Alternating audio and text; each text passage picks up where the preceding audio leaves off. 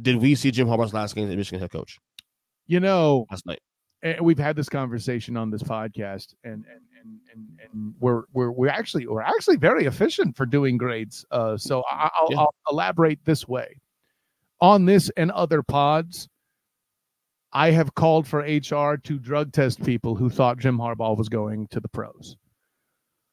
Now that the hamburger controversy has come up, now that the Connor Stallions thing has become as big as it has, now that he has a championship and can tell everybody to, hey, calm down, here's a free hamburger. That's been my whole thing about to Buckeye fans on Twitter. Yeah. I'm not gonna lie. You know, I need to calm down and eat a hamburger after I tried to tell me, but I wouldn't fucking listen. Sounds like a good idea for lunch. Anyways,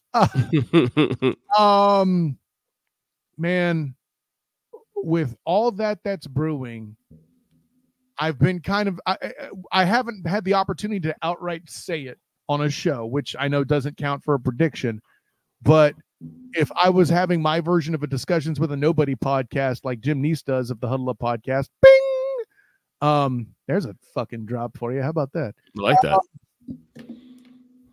I would have mentioned at some point in my own musings that at this point, it's going to be just like Jerome Bettis in Detroit winning the Super Bowl. He got it. The bus is done running.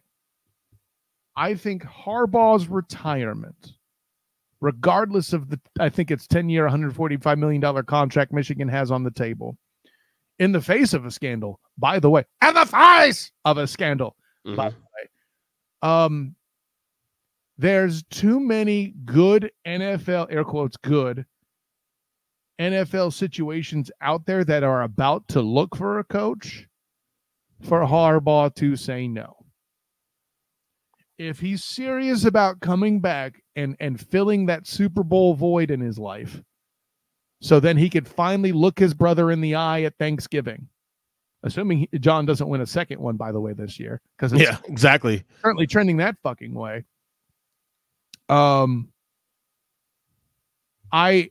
San Diego, I know, is the popular one. I just don't feel like that's going to happen. They're cheap. Well, right, exactly. We've seen that fail with Jed York. That's a great point. In San Francisco specifically. The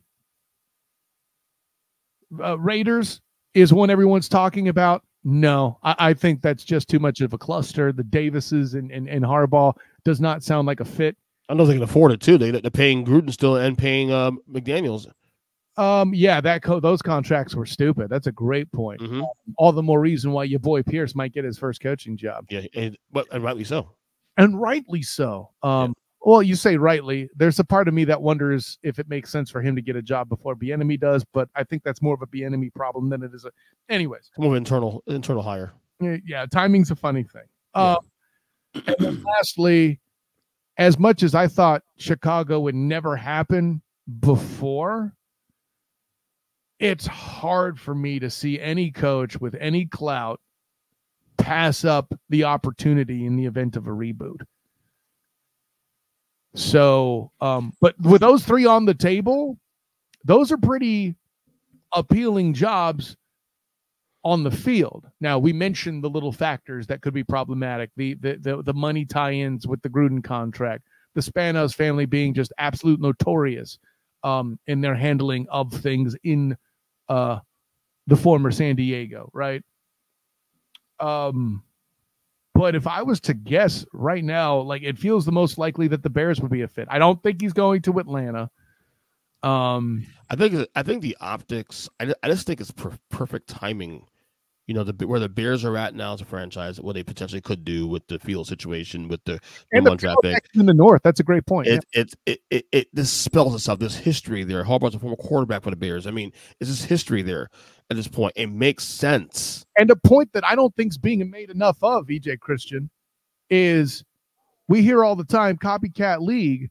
What's more copycat than in a division with a coach like Man Campbell that you then stand pat by bringing in a Jim Harbaugh, who's Man Campbell with less muscle and more khakis? It's literally the black and blue division for a reason. I mean, well, yeah, and the one outlier is Matt LaFleur. I get it. Right. I mean, what job he's done in Green Bay this year, honestly, considering everything that played out. No, but I still don't. Honestly, I think it's somewhere in the middle with him. Young team, but again, a young team. But whatever. I mean, the point is with Harbaugh, you can't write the script even better than this. It's set on a platter.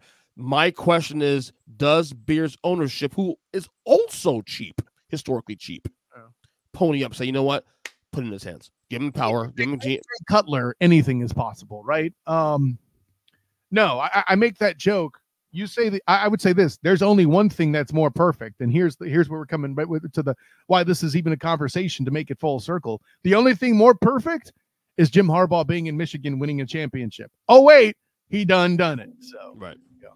No, I think Harbaugh to the Bears it makes sense. I won't put a prediction there because I'm not sure how the Bears feel about that.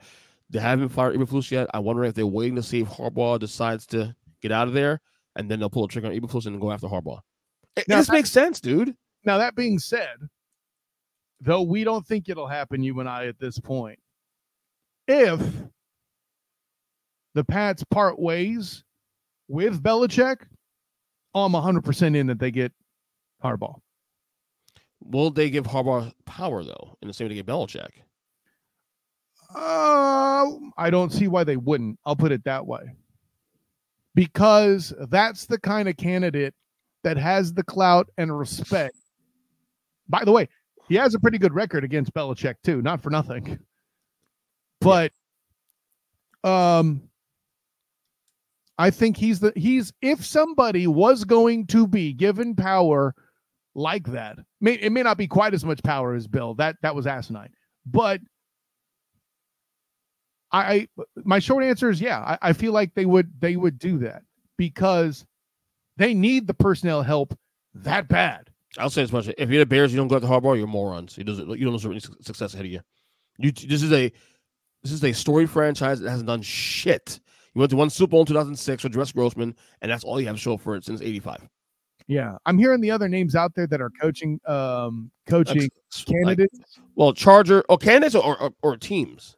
Candidates, like the people who they're looking to fill the jobs at these other places. Like they don't move me. There's nobody else. I mean, other than Belichick, hypothetically, who would...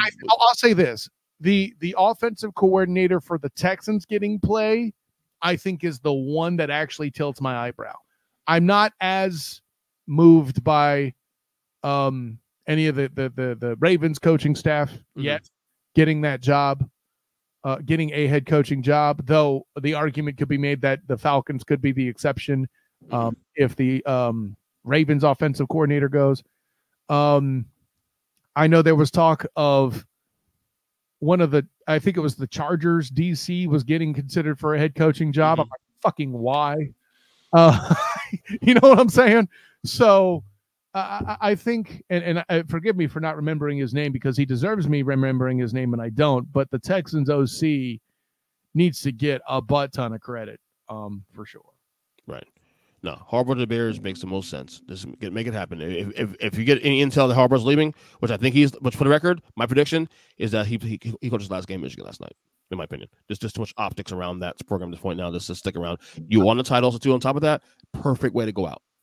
I mean, yeah, the Pete Carroll route would make sense. Yeah.